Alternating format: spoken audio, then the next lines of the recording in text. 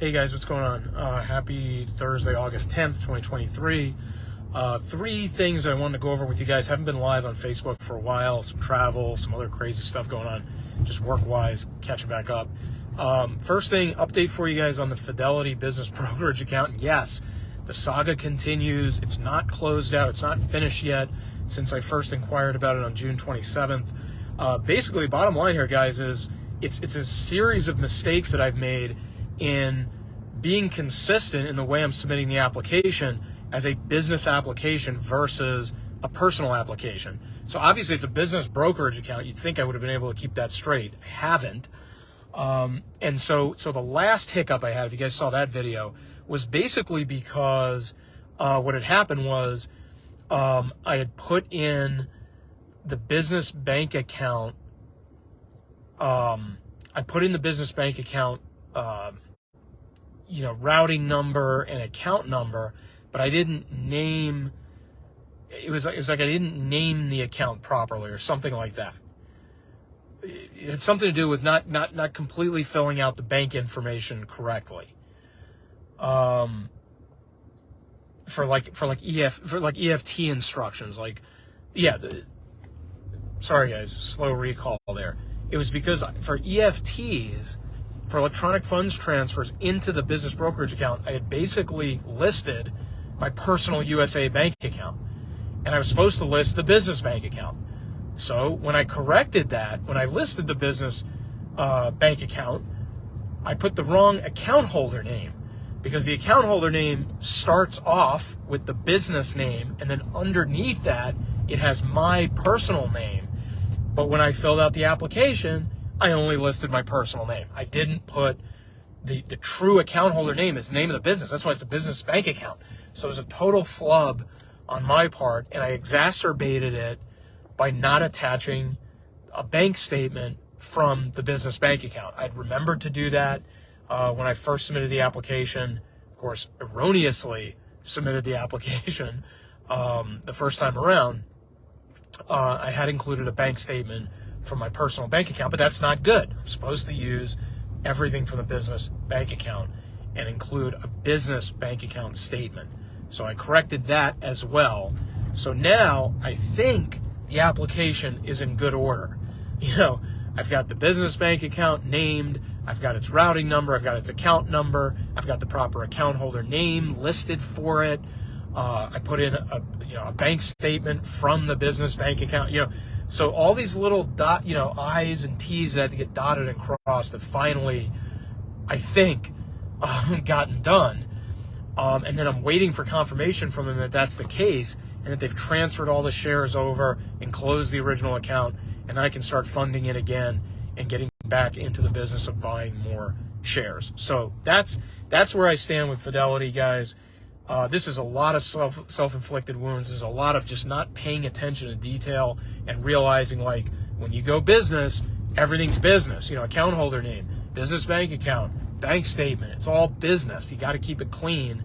And I've got those things set up. I just didn't properly fill out the application to reflect the reality that I've got the business stuff set up like that. So anyway, one of these days I'll be able to get on here and tell you guys that I actually submitted this thing and it was accepted and that everything was moved over and good to go. So anyway, so that's number one. Number two, got a new subscriber on the YouTube channel. Screen handle is Money in the Bank, and I'm just saying it like that so it's completely accurate, so you guys know, like, if you want to look the guy up, I really appreciate him subscribing and dropping some dropping a comment, as well on the channel, which I responded to. But he was responding to the one where I talked about how my AT&T stock got destroyed, like back in mid-July. And he said, check out Altria Group, stock symbol MO. Has an 8+% dividend. Nobody's ever going to stop using tobacco. Some really great points that he made about Altria. And I mean, sure enough, Altria interestingly trades, I did like a 5-year chart on it or something, or 10-year chart, basically trades between like 40 and 60. It never really goes higher than that, never really goes lower than that.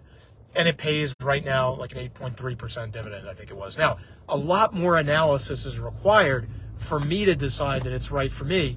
I think one of the stumbling blocks for me just right out of the gate is I've been really trying to stick to stocks under like $30, just so I can really pile up shares of them a little bit quicker. Sort of symbolic, sort of psychological. But anyway, the point is, Altria right now I think is trading right around $44. So to buy like 100 shares of that, you drop nearly $5,000 on it. But the bottom line is, it looks like an interesting stock. I've definitely added it to the watch list. Super appreciative to Money in the Bank. Thanks for the tip on that. I will be watching that one closely. I posted it to TikTok and YouTube Shorts, a quick little blurb about that stock, so you guys can check that out as well if you're over on TikTok or YouTube. So lastly, guys, if you've been following me for a little while, if you've checked in on the platforms and stuff, you know I'm a big fan of ProPublica's tax expose series of articles that came out starting in June 2021.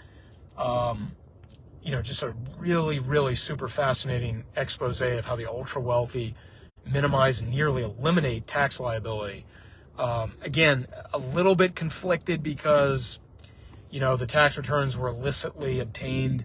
But that's another story for another time. Bottom line is, ProPublica released another article in this general series. This wasn't necessarily about taxes, but this is about ultra wealthy billionaire class accessing Supreme Court justices. In particular, Clarence Thomas, who I think they said has now had 38, I think was the number in the headline, because I haven't read the article yet, guys. I just want to let you know it's out there. But I think in the headline it said 38 vacations funded or provided by or subsidized by, whatever the case may be, I got to read the article, by billionaires. So here's a Supreme Court justice really living high on the hog at the behest of these billionaires who have the access to that level of power, and God knows what kinds of rulings Justice Thomas has engaged in that benefited this ultra wealthy class. And guys, I've gotten into the habit now of calling things like I see them very directly, and so I refer to the United States as an oligarchy. And I know that would be controversial in certain circles, or even risk some real blowback. But I don't know how you can deny that that's what it is. I mean, this country is controlled and ruled and adjudicated via the elite class of power brokers, politicians, senators, presidents, representatives, etc., and the wealthy. And that's where things get done. And that's the definition of an oligarchy. I mean, this isn't about being emotional. This is about being factual.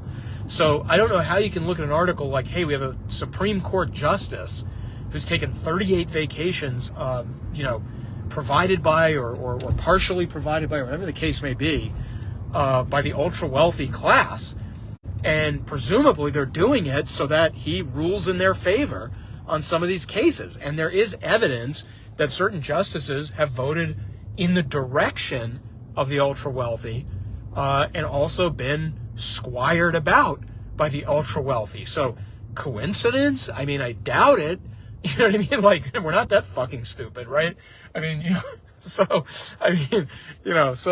bottom line, guys, is I can't wait to read this article. I will definitely have more specific reaction to it. Hopefully, that kind of thing would be something I would do, screen share, kind of video sharing, long form video on YouTube. You guys could check that out, bring up the article, go